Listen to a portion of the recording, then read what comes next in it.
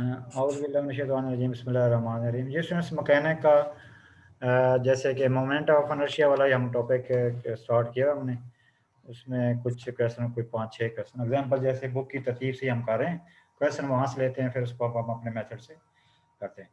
आज moment of inertia में find करना है सेमी यूनिफॉर्म मतलब सॉलिड स्फीयर का। अब अबाउट जैसे ज़्यादा जैसे एक्सेस ऑफ सिमेट्री के अबाउट वो कह सकता है एक्सेस ऑफ देख रहे हैं जैसे ये स्फीयर यहाँ पे चलिए स्फीयर हो गया हेमिस्फीयर, ठीक। अब उसमें एक्सेस ऑफ सिमेट्री के अबाउट वो मोमेंट ऑफ इनर्शिया, ठीक है, जैसे ज़्यादातर जैसे बाकी फिर वो सेमिस्फीयर है ना। अगर तो होता है ना फुल स्फीयर, ये फुल स्फीयर है, उसमें फिर जैसे मोमेंट यानी moment of sphere about axis of symmetry बस, क्योंकि उसमें एक्सेस ऑफ सिमेट्री वो चाहे जेड एक्सेस के अलॉन्ग समझ रहे हैं चाहे वाई एक्सेस के अलॉन्ग समझ रहे हैं, वो थ्रू सेंटर बेसिकली फिर वो जो होता है ना एक्सेस ऑफ सिमेट्री और जो भी हर पार्टी का वो थ्रू सेंटर तो लाजमी होता है, वो तो जनरल लाजमी बात थ्रू सेंटर होगा जैसे यहाँ पे। अब इसका एक्सेस ऑफ सिमेट्री ज़्यादातर यही होगा ये, बाकी फिर चलें वो एक किस्म का परपेंडिकुलर मतलब वो उसके पैरेलल और वो यहाँ पे उसके मतलब ये भी वो प्लेन के पैरेलल, ठीक है। अब एक्सेस ऑफ सिमेट्री में जहाँ पे उसकी जो रोटेशन है वो ज़्यादा अच्छी दिखती है वो, ठीक है। ग्लास की जैसे बात करी ऐसे, ठीक है, ग्लास की। अब उसकी एक्सेस ऑफ सिमेट्री वो दरमियान वाला है, सेंटर से तो उसने गुजरना है। बाकी फिर वो कहेगी एक्सेस ऑफ सिमेट्री वो जैसे ही हो गया ना, जैसे गिलास है उसका ये सेंटर से गुजर रहा होगा ऐसे, और एक्सेस ऑफ सिमेट्री वो जो सा यानी ये अंडरस्टूड एक्सेस सिमेट्री। अब इसमें जैसे नजर आ रहा है तो इसको जेड एक्सेस के नाम कह देंगे, आई डबल जेड। तो ये एक किस्म का यहाँ से वो यानी एक्स थ्रू यानी इसके लिए फिर वो कहेगा find the moment of inertia through where axis through centre and perpendicular to the axis of symmetry, ठीक है। अब वो फिर वो क्या होगा, आई डबल एक्स भी हो सकता है, आई डबल वाई भी। अब लेकिन गिलास की इस तरह की रोटेशन बड़ी वो अजीब तरह देख रही होगी, यूं करके किस्म की बड़ी वो अच्छी उसकी रोटेशन देख रही होगी, ठीक है। एक्सेस ऑफ सिमेट्री के अबाउट जो रोटेशन होती है ना, वो उस पार्टिकल की उस पॉइंट के उस एक्सेस के अबाउट रोटेशन में यानी यूं कहें कि दूर से भी दिखे तो एक किस्म का खुश होता है बंदा कि ये बड़ी अच्छी तरह से रोटेशन हो रही है, बच्चा भी देखेगा तो एक किस्म का देख के खुश होगा। अब देखना साइकिल का पहिया ही है, अब साइकिल का व्हील ही चले समझे, इस तरह की रोटेशन अगर हो रही है तो एक किस्म की बड़ी दिख रही होगी अच्छी। लेकिन अब इस तरह की रोटेशन थोड़ी ऐसे झटके से लग रही होगी, थोड़े से कह सकते हैं, ठीक। तो यहाँ पे जो था जैसे हमारा जो बात हम करें मुकम्मल स्फीयर होता है ना, उसका वो जस्ट एक्सेस ऑफ सिमेट्री बनता है, क्योंकि तीनों साइडों से यहाँ से जेड एक्सेस वाला समझते हैं वो भी एक्सेस ऑफ सिमेट्री, इधर से समझते हैं एक्सेस ऑफ सिमेट्री। लेकिन एक्सेस ऑफ सिमेट्री के लिए ये बताना यानी वहाँ पे वर्ड्स यहाँ वहाँ पे कोड करना नेसेसरी नहीं होता थ्रू सेंटर, क्योंकि वो थ्रू सेंटर ही होता है। बाकी फिर एग्जामिनर की मर्जी है कि जैसे एक्सेस ऑफ सिमेट्री से तो चले फाइंड किया ना, आई डबल जेड वाला, आई डबल एक्स वाला, आई डबल वाई, वो सेम ही होगा आंसर, ठीक हो गया।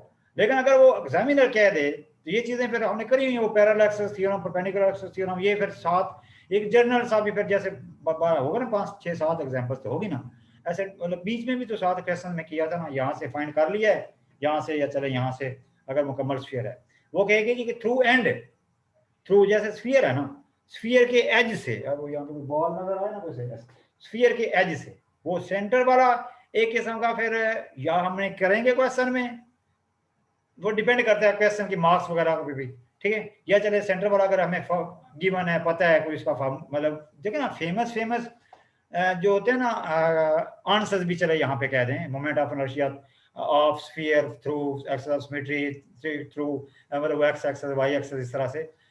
अब वो फेमस जैसे लेट्स से क्वेश्चन में किया, वर्किंग हमने खुद करी, उसका आंसर फाइंड किया, या फिर हमें वैसे उसका आंसर याद भी रखना है, वो आप कहेंगे जी उसके एंड से निकालें। तो उसका फिर क्या क्या फार्मूला होगा, यहाँ से सेंटर से moment of inertia plus M D square, जितना उसका मैस होगा एम, जितना डी से मतलब वो रेडियस है किस्म का होगा, ठीक है। ये भी हमने क्वेश्चन में कई क्वेश्चन कुछ क्वेश्चन में किए हैं। अभी जैसे हमारा क्वेश्चन हम करना चाह रहे हैं find the moment of inertia of ऐसे, find moment of inertia of hemisphere नहीं, हेमी तो होता है ना जो होलो जिसको कहते हैं, हेमी हेमी हाफ को हेमी भी कहते हैं ना कि सेमी ये थोड़ा सा देखो सेमी जी जी सेमी कहते हैं हाफ सेमी को, होता है, तो हेमी तो कोई वर्ड नहीं है, ठीक है, ऐसे जैसे जुबान से भी आ गया, ठीक है। होलो होता है, होलो से मतलब वो जो बे किस्म का खाली यस सर, सेमीस्फीयर, खाली सेमीस्फीयर, ठीक है। अब इसमें जैसे जो जहां से एक्सेस जोन से ज्यादातर, जैसे बात करी ना हमने मुकम्मल स्फीयर है तो उसमें क्या होगा, एक्सेस ऑफ सिमेट्री के बॉडी को कह सकते हैं, वो जेड एक्सेस के लॉन्ग वाला और एक्सेस के लॉन्ग, वो तीनों का जैसे एक का निकालेंगे बाकियों का वही होगा, यानी वो एक्सेस ऑफ सिमेट्री के बॉडी होगा, सेंटर से अंडरस्टूड वही होता है। ठीक है, अब यानी जब है ना सेमी स्फीयर, उसमें यहाँ पे बनाता हूँ तो फिर आपको थोड़ा अंदाजा होगा उसमें कैसे कैसे कैसे आ सकता है। ठीक है, और समटाइम क्वेश्चन में जैसे मैं खुद बीच में ऐड भी कर देता हूँ कुछ ऐसे कि इस तरह के वो क्वेश्चन आप भी सकते, अदरवाइज हम लेते हैं क्वेश्चन बुक बनाइए, जैसे ये सेमीस्फीयर है ना, ठीक हो गया, ये सेमीस्फीयर। अब इसका मोमेंट ऑफ इनर्शिया आप अंडरस्टूड है, ये डायग्राम बनी ना, ये वाला एक्सेस ऑफ सिमेट्री है,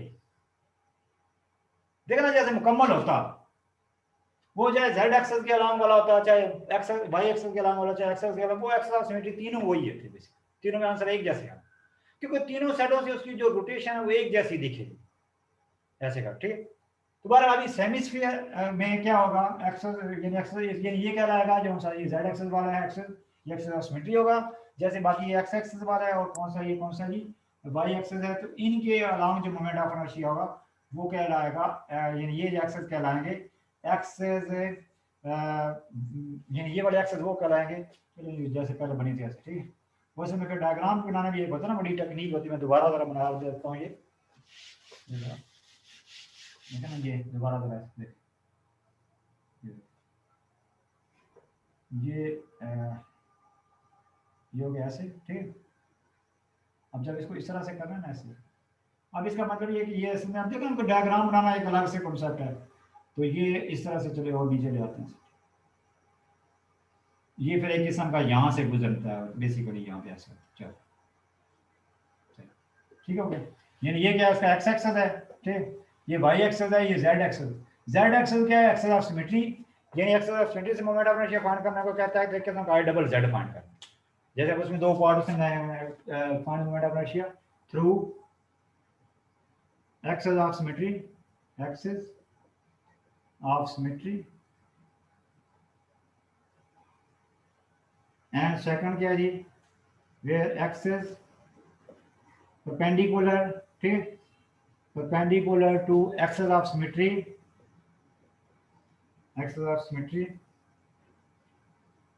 and perpendicular to axis of symmetry passing through center। ठीक है ना, वो एक्सेस ऑफ सिमेट्री में तो अंडरस्टूड है वो पासिंग थ्रू सेंटर होता है, उसमें तो वो मेंशन करने की जरूरत, जब कोई और पे एक्सेस बता रहे हैं, यानी आप दूसरा कहां से, axis of perpendicular to axis of symmetry and passing through center, passing through center and parallel to plane, parallel to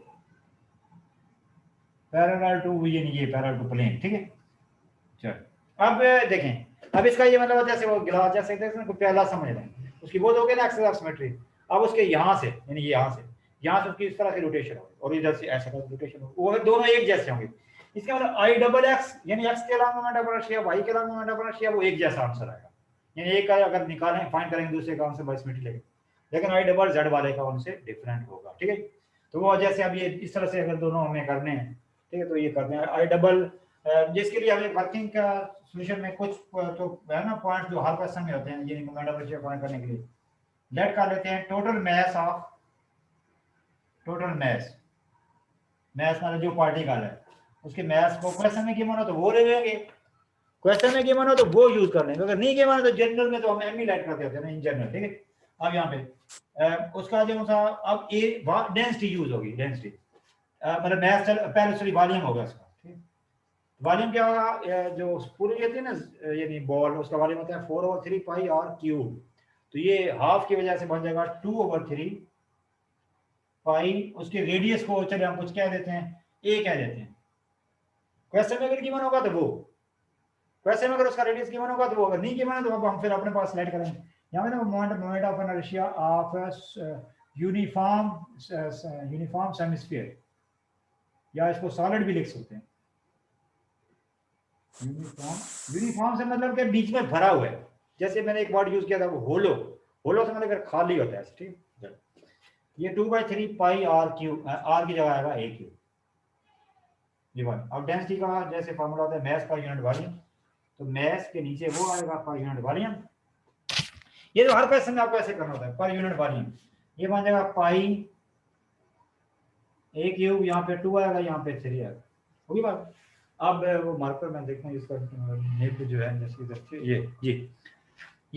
ये सर। उसके बाद जो से थे ना 2 डायमेंशन वाले, उसमें वो स्ट्रिप से कर रहे थे, तो 3 डायमेंशन वालों को चले स्ट्रिप से किया जा सकता है, लेकिन 3 डायमेंशन वालों को स्ट्रिप से करने के लिए के अलावा दूसरे मेथड से हमने कुछ क्वेश्चन किए हैं, तो उसके लिए डायरेक्ट फार्मूला भी होता है, तो वो उसको ही हम फॉलो करते हैं। ठीक जी, उसके लिए हम क्या, वो कोई मैथ एलिमेंट वगैरह की जरूरत नहीं है। मोमेंट जैसे फर्स्ट पार्ट कर रहे हैं, मोमेंट अलोंग जेड एक्सेस, यानी वो क्या है, एक्सेस ऑफ सिमेट्री, उसको लिखेंगे आई डबल जेड, मतलब कि एक्सेस क्या है, जेड एक्सेस के अलोंग है, तो वो फिर थ्रू जैसे फलां पे है, जैसे through centre axis of symmetry है, उसका फार्मूला होता है। देखें यहाँ पे हमने लिखना है ये 3 डायमेंशन के लिए ये 3 इंटीग्रेशन, और यहाँ पे रीजन से लेकर लिख देते हैं, ठीक है, और यहाँ पे डेंसिटी को बाहर लिखें या अंदर लिखें, और यहाँ पे डीवी ये इसका, और वो किसके अलावा, आई डबल कौन से जेड वाले के अलावा, जेड वाले के अलावा आएगा X square plus Y square, DV की जगह D X D Y D Z, उसको उनकी तरतीब अब हम बदल भी सकते हैं। ठीक है जी, तो यहाँ पे आ जाएगा आई डबल जेड जी, ये बनेगा ऐसे।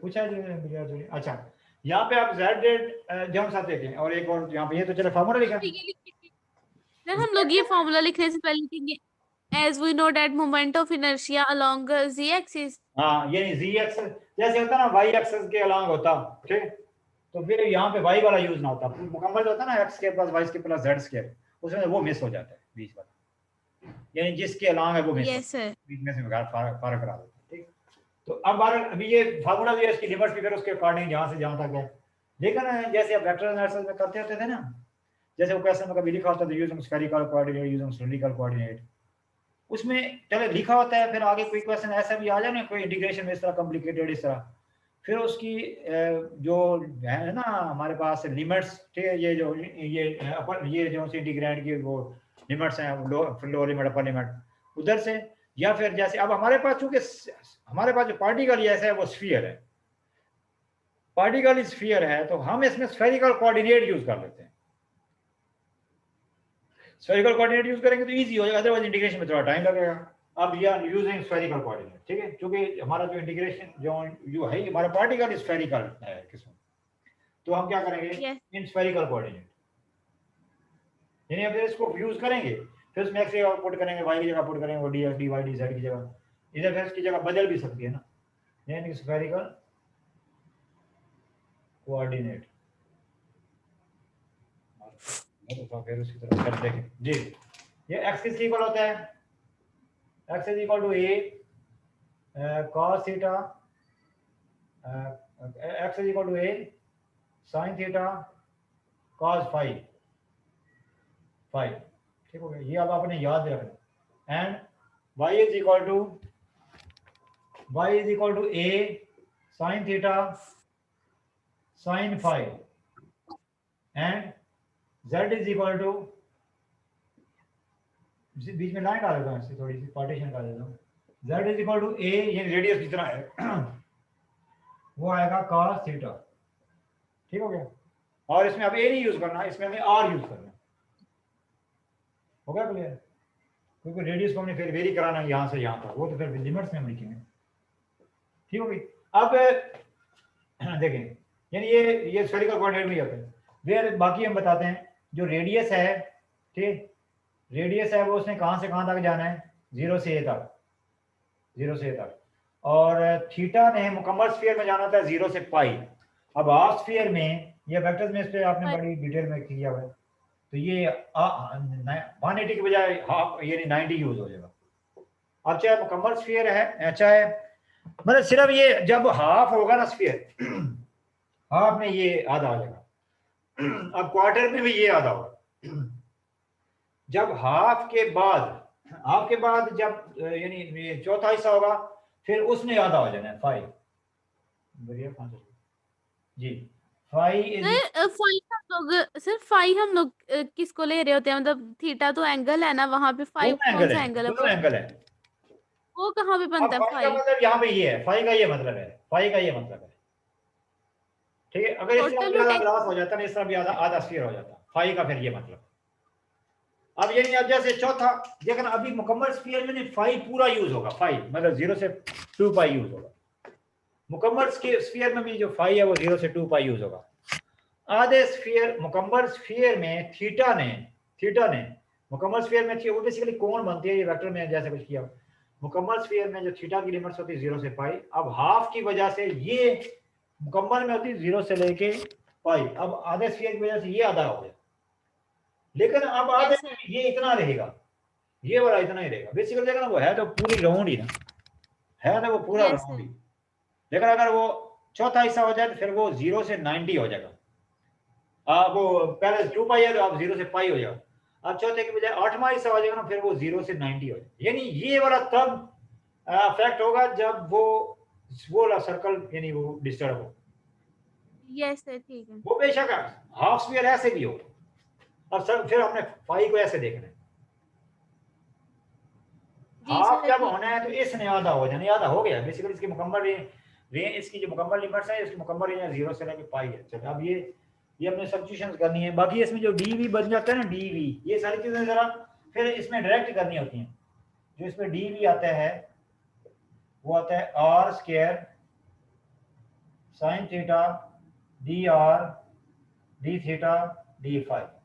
अब ये सारी इसमें सब्स्टिट्यूशंस करनी है, तो ये आई डबल जेड फाइंड हो जाएगा हमारा। चलो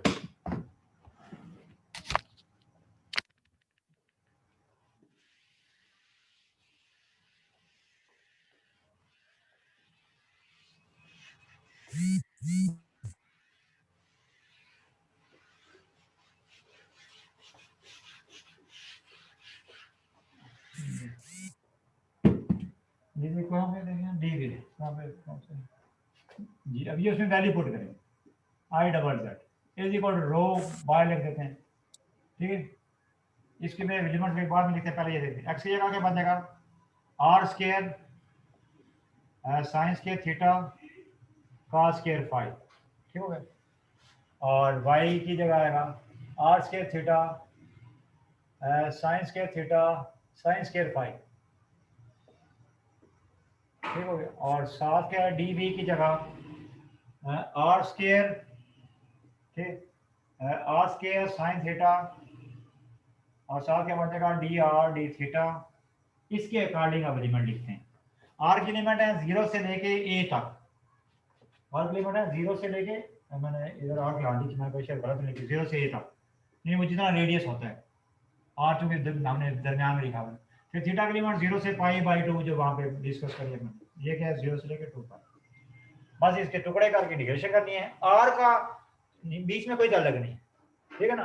असल में दो टर्म्स बन जाएंगे, ये आर की पावर बन जाएगी, डायरेक्ट कर लेते हैं, आर की पावर 4 बन जाएगी, तो उसकी इंटीग्रेशन बन जाएगी आर की पावर 5 और 5 बन जाएगा ए की पावर 5 और 5। वो जो एक किस्म का आर की पावर 4 को बाहर आ गया, उसकी इंटीग्रेशन आर के रिस्पेक्ट से करी, आर की पावर 5 और 5, उसके लिमिट पुट कर दी।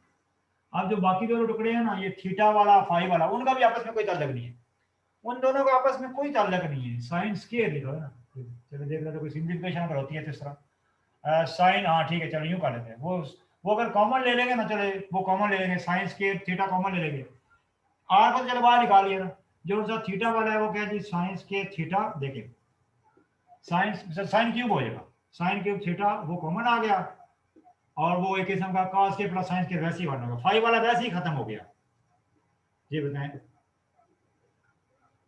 ये बार क्या है रो, बार क्या है रो, और आर के रिस्पेक्ट से इंटीग्रेशन कर दी, आर के रिस्पेक्ट से इंटीग्रेशन कर दी, और ये थोड़ा इधर लिख लेते हैं, ये बन जाएगा रो ए की पावर 5 और 5, और साथ के है ये दोनों इंटीग्रेशन कौन से, थीटा वाला बन जाएगा 0 से 90, और वो जो 5 वाला है वो 0 से लेके 2 पाई। 5 की इंटीग्रेशन तो अलग होगी, उसको कोई ताल्लुक ही नहीं बीच में, क्योंकि 5 वाला बीच में है ही नहीं। वो कितना 1 की इंटीग्रेशन करेंगे, वो बन जाएगा 2 पाई माइनस 0, ये 5 वाला का काम हो गया। यानी 5 वाले की इंटीग्रेशन अलग लिखते हैं, मल्टीप्लाई लिख सकते हैं बेशक, बेशक यहाँ पे 5 वाला अलग लिखते हैं मल्टीप्लाई, क्योंकि उनका आपस में बीच में कोई ऐसे नहीं, कोई एसोसिएशन नहीं है। ये देखा इंटीग्रेशन में आपकी ऐसे ग्रिप हो जानी चाहिए ऐसे, ठीक है ना, है तो मल्टीप्लाई हो रहे, लेकिन फाई वाले की इंटीग्रेशन अलग कर, थीटा वाले की अलग लिख दी, मल्टीप्लाई, क्योंकि फाई वाले का उससे कोई ताल्लुक नहीं है। या तो ये है ना कि थीटा वाले की करके तो उसमें कोई फाई नजर आ रहा था लिमिट्स वगैरह में, फिर वो उसमें एसोसिएशन होती, बस इसको अलग कर दिया, यानी उसका आंसर मैंने ये लिख दिया। देखिए 2 पाई माइनस 0 उसकी इंटीग्रेशन होगी, बीच में भी करते ना वो बाहर आ जाना था, इसको लिखा रहने देना, ऐसे भी कर सकते हैं आप, ठीक है ना। आपको अगर इस तरह परेशानी हो रही है तो इस तरह ये तो इशू नहीं है। देखें देखें ना, पहले समझ लेते हैं, ये आगे पीछे हम कर सकते हैं।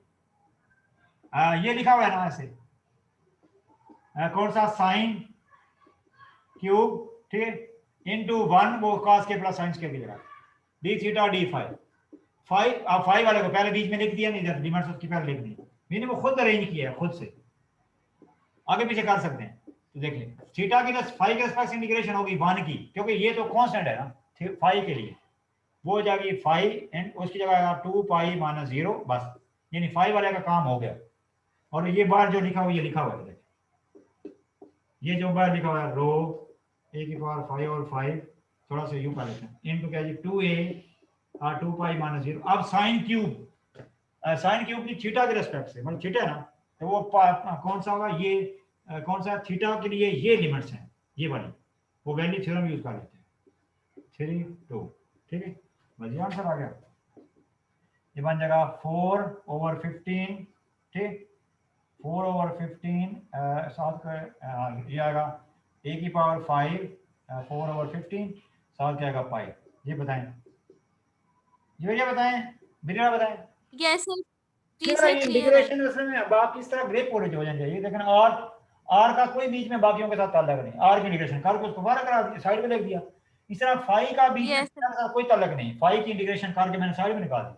अब रह गया थीटा, ये रह गया थीटा के साइन क्यूब और उसकी लिमिट्स के पाई बाय 2 वैल्यू थ्योरम उस पे कर दिया, क्योंकि आगे अगर करते तो वो 0 आ जाता, वो करना नहीं है इसमें, यहां तक छोड़ दे, मतलब ये इसका आंसर जी है। सर, चलो अभी इसमें रो है, रो की वैल्यू पुट कर देनी है, वो क्या है जी, रो की वैल्यू क्या है जी, m कुछ इस तरह था 2m ऐसी था, 3m ऐसी था, वो क्या था 3 ऊपर चला जाएगा, ठीक है 3m ऐसे 3m ओवर, अब देखो ना वो जो आपने वहां पर लिखा है रो 3m over 2 pi a cube, ठीक, देखें यहां से पाई पे कैंसिल हो गया, यहाँ पे ये क्या है 5 आ गया, ये a क्यूब हो गया, ये 2, आंसर क्या आ गया, आई डबल जेड का जो आंसर आया है, आई डबल जेड का आंसर मैं इधर लिख देता हूँ, ठीक है ऐसे इधर आई डबल जेड आंसर आ गया 2/5 ऐसी 2/5 a स्क्वायर m, ये आंसर है आई डबल जेड। ये बताएं इसमें सिंपलीफिकेशन तो चलो कोई बताएं, क्लियर हुआ है?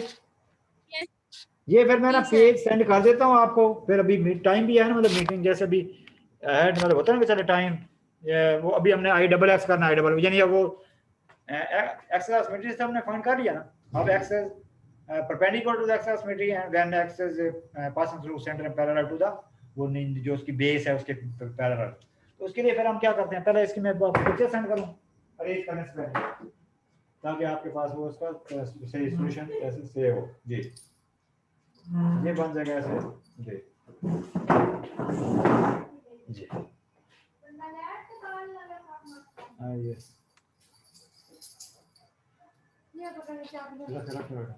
उधर रखें।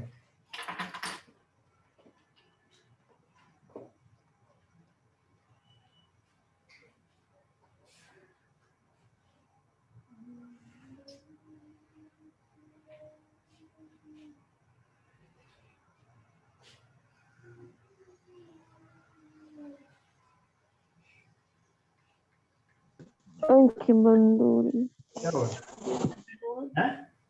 बीपी में बहुत लो है। क्या भैया आप क्या क्या करें, ये क्या कर रहे हैं? सर मैंने तो नहीं कुछ कहा। पता नहीं आवाज सर कुछ नहीं।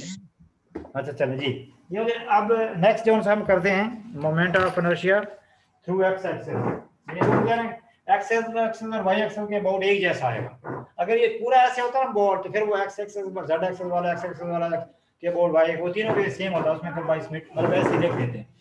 लेकिन अब ये इसके सबने फर्स्ट पार्ट किया, सेकंड पार्ट का ये मैं फर्स्ट समझ कर देता हूँ, और डायग्राम बने नहीं देते हैं, ये डायग्राम दोबारा बना लेते इधर।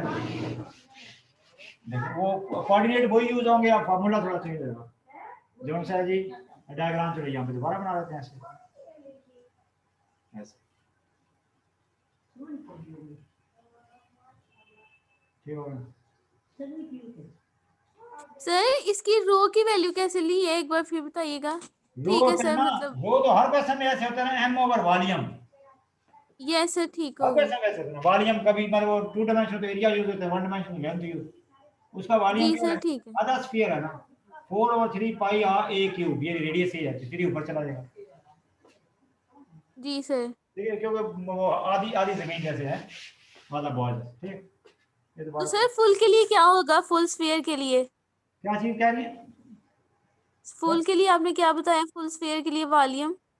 मुकम्मल स्फीयर के लिए होता है ना 4/3 पाई आर क्यूब, आर की जगह यहाँ पे ए है, रेडियस ए है, 4 की जगह 2 यूज हो जाएगा आधा, यस सर ठीक है। नहीं समझे। जी सर क्लियर है। चलो अब हमें एक्स एक्स के अमाउंट निकाल देगा, थोड़ी ड्राइंग देखे ना, मैं दोबारा कोशिश कर रहा हूँ।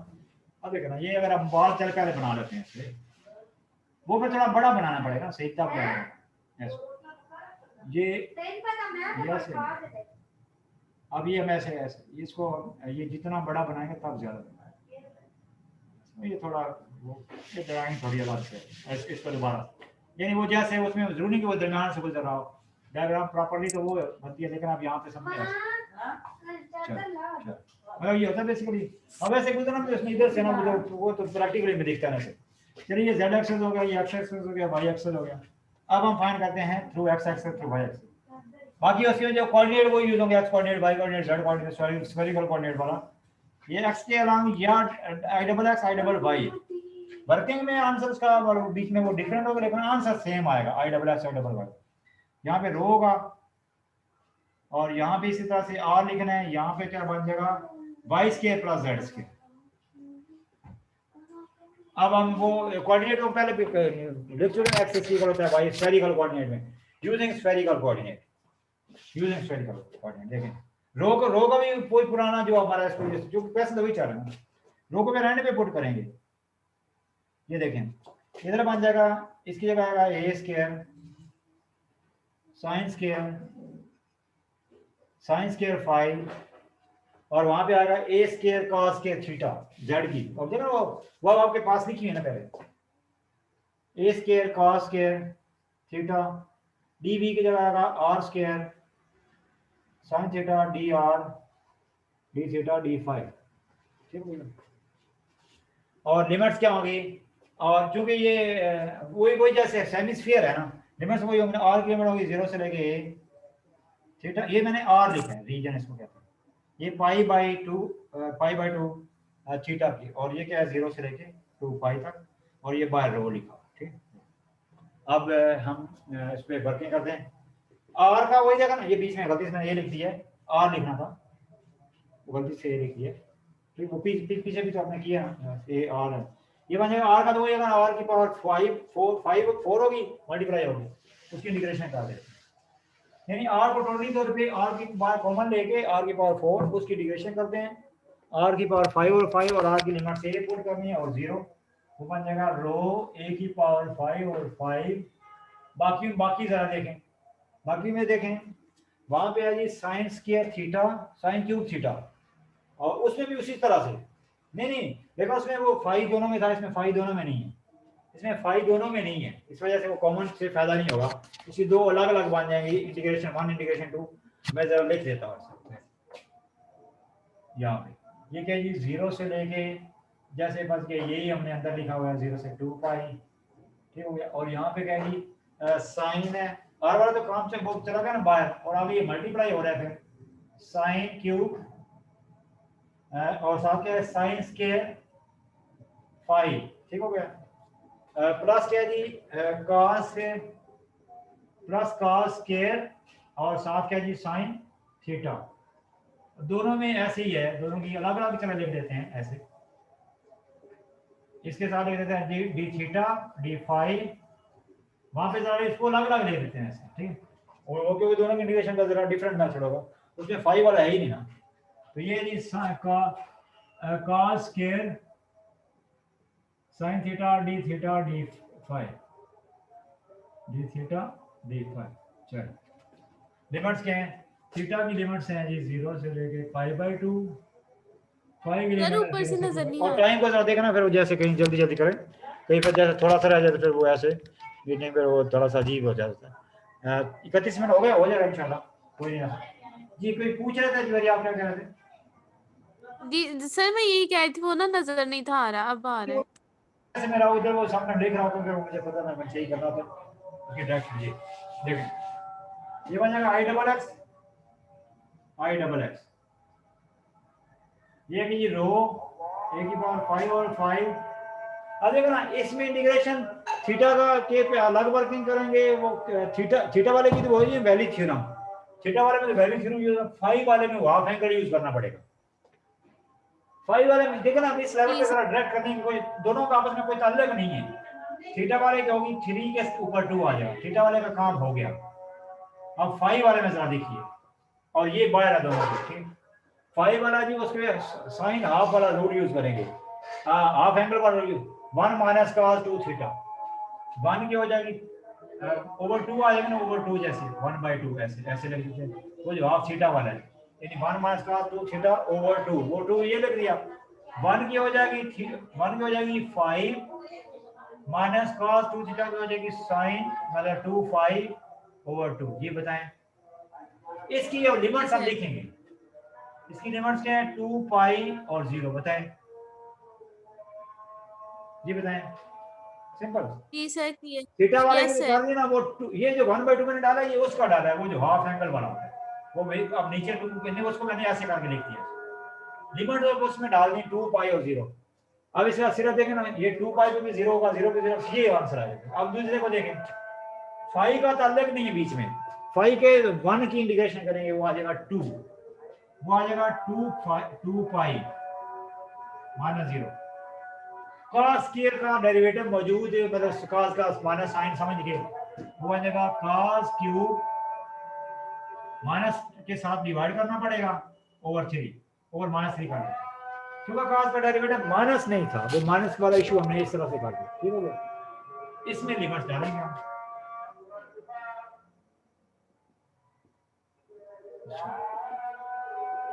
ठीक हो गया। अब इसको सिंपलीफाई जरा जल्दी लगा, मीटिंग एंड हो जानी है। अच्छा, इसकी वैल्यू भी पुट कर देते हैं,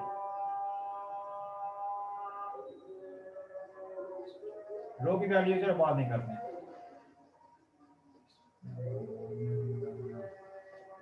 ये बन जाएगा 2 तो कैंसिल हो जाएगा इनटू 2 पाई माइनस 0, बस ये तो खत्म हो जाएगा।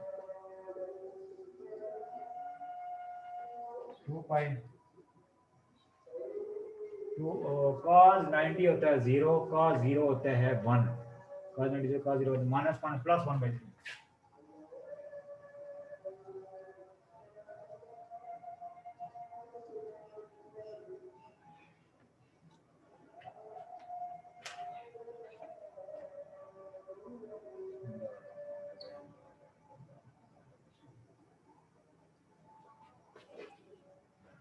अभी टाइम कोई नहीं, ये बन जाएगा 4 पाई बाई 3, ठीक है। और रो की वैल्यू पुट कर,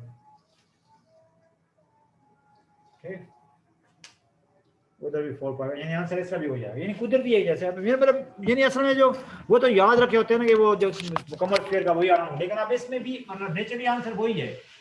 अब मतलब यूं कह सकते हैं हाफ वाले के लिए भी तीनों में सेम ही आंसर आता है, लेकिन वो असल में स्टैंडर्ड होता है जो हमने जरा याद रखा होता है, क्योंकि वो डायग्राम से पता चल रहा है कि एक्स वाले के अलांग वाई के अलांग सेम जेड के अलांग सेम ही आना, कोई तीनों से एक जैसी रोटेशन होगी।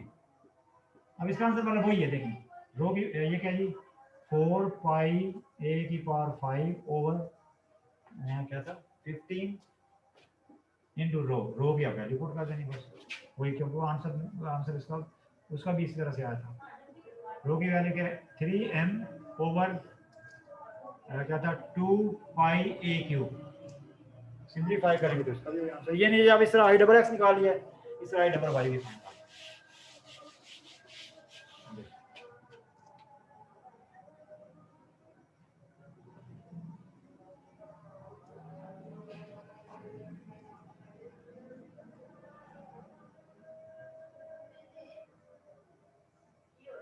ये बन जाएगा 2/5 ma²।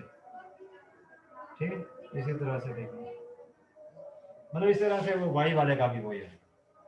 बस मतलब नीचे वाला को डायग्राम से नजर आ रहा था एक जैसा होना है, ऊपर वाले के साथ एक जैसा होना होता तो वैसे शुरू में रख देते बाई सिमेट्री, लेकिन ऊपर वालों के साथ उसकी सिमेट्री बनती नहीं थी। लेकिन आंसर अब सेम आया है ये, फिर वैसे अब आपको एक तो ये है कि चलिए वैसे याद भी रख लें, लेकिन आप इनके बाई सिमेट्री लिख नहीं सकते थे। एक्स वाले का जेड एक्स का सिमेट्री थी नहीं, उसका आंसर वो उसके साथ ऐसा है, वो एक अलग बात है। ये बात फॉलो की आपने? नहीं सर ये एक बार फिर बता दें, मतलब जो सिमेट्री का आपने बताया एक्स वाई और जी का, मतलब ये पॉइंट सही क्लियर नहीं क्या हुआ। कह रही हैं? रिपीट करना, क्वेश्चन रिपीट करना, क्या कह रही हैं? मीटिंग एंड होने वाली क्वेश्चन क्या कह रही हैं? रिपीट। सर मीटिंग के बाद पूछ लेते हैं सर, वैसे भी आसान हो रही है। मैं सर पूछें क्या? सर मैं ये पूछ रही हूँ कि मतलब आप कह रहे हैं ना कि उसके साथ बाइसिमेट्री बनती नहीं है, इसको एक बार फिर मुझे एक्सप्लेन। कैसे आपका समझ आ, ये मुकम्मल स्फीयर होता ना, उसमें जब नजर आ रहा है यस सर। कि यहाँ से उसकी रोटेशन, यहाँ से रोटेशन डायग्राम उसी तरह की है। Yes sir. सिर्फ देखना मिसाल के तौर पे ये है, वहां से वो बीच में से हमने वो कील या कोई इस तरह की वो इस तरह से स्टिक गुजारी हुई है, उसको यूं कर देंगे वो एक्स एक्सिस वाला बन जाएगा, डायग्राम एक किस्म की वही है। Yes sir. नहीं बात है? जी और यूं सर। कर देंगे वो वाई एक्सिस वाला बन जाएगा, या फिर उठा उधर से निकाल के यहाँ भी करेंगे, शेप उसी तरह की रहेगी, रोटेशन में फर्क नहीं पड़ेगा। जी सर। सर उसका तो क्लियर है। तो सर हाफ का जो आपने बताया कि यहाँ पे जी एक्सिस के साथ उसकी सिमेट्री नहीं बनती, ये वाला पॉइंट। मुकम्मल स्फीयर में तो एक्स एक्सिस के जेड एक्सिस के अलोंग, एक्स एक्सिस के अलोंग और वाई वो एक्सिस ऑफ सिमेट्री है, मतलब वो बाई सिमेट्री, वो यानी वो जेड एक्सिस के अलोंग मोमेंट ऑफ इनर्शिया, फिर एक्स एक्सिस के अलोंग वाई एक्सिस, हम कहेंगे बाई सिमेट्री जब जेड एक्सिस वाला निकाल लिया है, बाकियों के अलोंग मोमेंट ऑफ इनर्शिया भी उसका मतलब माइंड भी एक्सेप्ट कर रहा है, दिख रहा है, तो उसकी जो रोटेशन वैसी होगी, सिर्फ वो नाम यस चेंज। सर। लेकिन इसमें जरा देखें, इसमें जेड एक्सिस में उसकी रोटेशन देखें, नजर आ रहा है वो यूं करके है, लेकिन एक्स में तो उसकी शेप ही बदल जाएगी, वो ऊपर वाला हिस्सा होगा, नीचे होगा ही नहीं। जी सर। ठीक है ना, नीचे तो होगा ही नहीं, नहीं समझ यस जाएगा सर। यूं ऐसे, लेकिन उसमें नीचे है ही नहीं। कैसे होगा? जी सर क्लियर है। क्योंकि यानी कि सर हाफ। पोर्शन नहीं, उसने यूं यूं कहेंगे आप, एक किस्म का एक किस्म का वहां से एज से समझ सकते हैं। यस सर ठीक है। इस वजह से वो एक्स एक्सिस के अलोंग मोमेंट ऑफ इनर्शिया वो जेड के साथ बाई सिमेट्री आंसर नहीं लिख सकते, आंसर फाइंड यस सर। कैसा आया वो एक अलग बात है। जी सर ठीक है। बात समझ आ रही? लेकिन वाई एक्सिस के यस। अलोंग और एक्स एक्सिस के साथ उसमें एक जैसा ही होगा आंसर, जी उधर से सर। शेप एक जैसी है, उधर भी ऐसी होना है, यदि ये एक्स एक्सिस के अलोंग है और वाई एक्सिस के अलोंग सिर्फ यूं करके होगा, डायग्राम शेप वही होगी, नाम बदल जाएगा। यदि उसको यस फिर सर बाई क्लियर सिमेट्री है। लिख सकते हैं, ये आंसर इसका वो लिख सकते हैं, एक्स वाले का देख के वाई वाले का वही आंसर जी।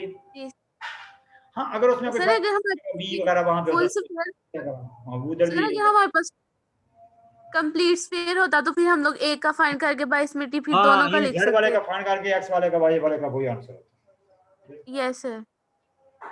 मैं आपकी इसको पिक्चर सेंड करता हूँ, लिखते हैं बाई सिमेट्री, वो सिमिलरली जैसे मैंने लिखा है, बाई सिमेट्री भी लिख सकते थे, सिमिलरली वाई वाले का भी वही होगा।